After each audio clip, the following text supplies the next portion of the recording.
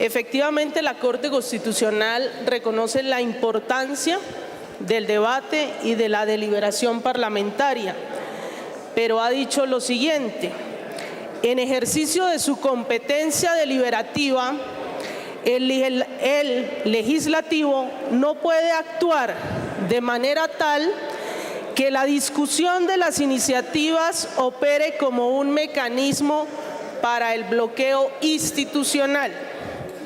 El debate parlamentario no puede incluir prácticas que se consideren abusivas o irrazonables, conocidas como filibusterismo. Seguramente esa palabra no muy conocida, y para quienes siguen el debate, eso no es otra cosa que la táctica para retardar o impedir los acuerdos, aprovechando los procedimientos para obstruir el debate. Entonces, por supuesto, también hacerle una solicitud al presidente de la mesa directiva que, en atención al cumplimiento de esa sentencia que interpreta la Corte Constitucional frente a estos debates, y en cumplimiento también de los artículos del reglamento del Congreso llamados al tema de la celeridad y la buena fe, se agilice pues el debate de fondo.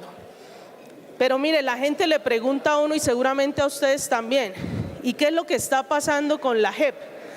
Yo voy a tomar esos 2 minutos para hacer esa referencia y aclararle eso al pueblo colombiano. Mire, este proyecto de ley fue radicado el 1 de agosto y arrancamos debate en comisión primera, se citó hasta el 27 de septiembre, es decir, cerca de 2 meses. Entonces uno sí puede concluir, como lo hacen algunos, responsabilidad en esa demora de convocar ese debate. Sin embargo, pese a ese retardo, cuando iniciamos en comisiones primeras conjuntas se presentaron más de 130 proposiciones. Se pudo verificar y sobre 102 artículos no hubo proposición. Entonces se avanzó, pero también se pudo constatar que 33 proposiciones obedecían a temas similares, lo que facilitó que fuéramos aprobando los articulados.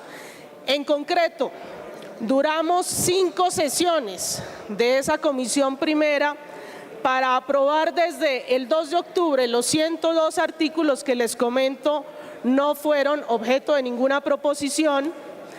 Luego aprobamos el 3 de octubre otros 9 artículos, el 4 de octubre otros 3 artículos y el 9 de octubre finalmente 10 artículos.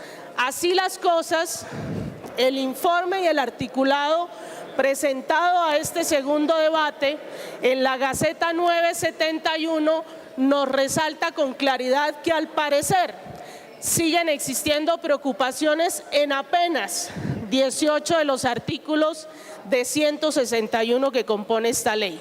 Y eso terminó el 9 de octubre y solo se convocó a este segundo debate el 1 de noviembre.